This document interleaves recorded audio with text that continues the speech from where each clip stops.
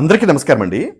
ప్రజల యొక్క భావ ప్రకటన స్వేచ్ఛను గాని, లేదా ప్రజల యొక్క హక్కులు గాని హరించేటువంటి ప్రభుత్వాలు ఏ నిర్ణయం తీసుకున్నా కూడా అక్కడ ప్రజలు తిరుగుబాటు చేస్తారని చెప్పడం కోసం నేపాల్‌లో ఇప్పుడు జరుగుతున్నటువంటి రాజకీయ సంక్షోభమే ఇందుకు చక్కటి ఉదాహరణ.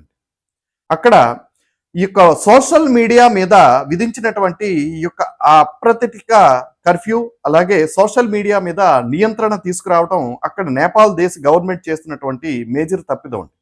దీనికి మూల్యం ఈరోజు నేపాల్ గవర్నమెంట్ చెల్లించుకోవాల్సినటువంటి పరిస్థితి. ఇక్కడ నేపాల్ గవర్నమెంట్ ప్రధానమంత్రి అయినటువంటి ఏకే శర్మ గారు ఈరోజు దేశం విడిచి పారిపోవాల్సినటువంటి పరిస్థితి, అక్కడ రాజీనామా చేయడం కూడా జరిగింది. అంటే ఇలాంటి పరిస్థితి ఎందుకు వస్తుందంటే ప్రజల యొక్క భావ ప్రకటన స్వేచ్ఛ మీద ప్రభుత్వాలు దాడి చేసిన, వ్యక్తుల యొక్క స్వేచ్ఛ మీద కానీ, వ్యక్తుల యొక్క హక్కుల మీద కానీ ఈ యొక్క రాజకీయ పార్టీలు కానీ, రాజకీయ నాయకులు కానీ తమ నియంత్రణలోకి తీసుకోవాలనేటువంటి ఆలోచన చేసిన ప్రతి దగ్గర కూడా ఇటువంటి ప్రజా ఉద్యమాలు ఉవ్వెత్తున లెగుస్తాయండి.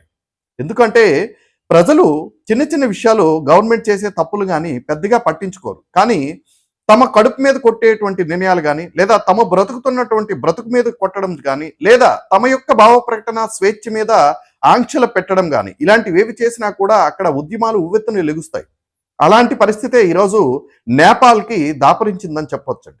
ఇక్కడ సోషల్ మీడియా మీద పూర్తిగా బ్యాన్ చేయడం వల్ల సోషల్ మీడియా మీదే బ్రతుకుతున్నటువంటి చాలా మంది యువత, ముఖ్యంగా 1981 నుంచి ఇప్పుడు స్టిల్ నౌ వరకు జనరేషన్కి ఈ సోషల్ మీడియా అన్నది ఒక అద్భుతమైనటువంటి వరం. అంతేకాకుండా చాలా మంది ఈ సోషల్ మీడియాను ఉపయోగించుకొని తమ దైనందిక జీవిత కార్యక్రమాలు కూడా చేసుకున్నటువంటి పరిస్థితి.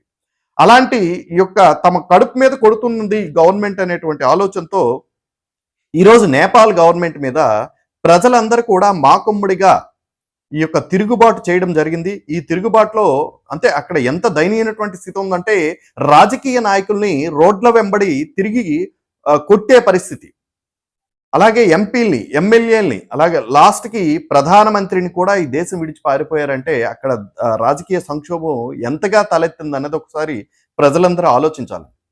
ప్రభుత్వాలు కూడా ప్రజల యొక్క ఈ యొక్క నిత్యం ఉండేటువంటి సమస్యలతో పాటు ఈ భావ ప్రకటన స్వేచ్ఛను కానీ, లేదా వాళ్ళ హక్కులు కానీ హరిస్తే ఇలాంటి భయంకరమైనటువంటి పరిస్థితులే రాజకీయ పార్టీలకి దాపరిస్తాయనేది నా అభిప్రాయం అండి.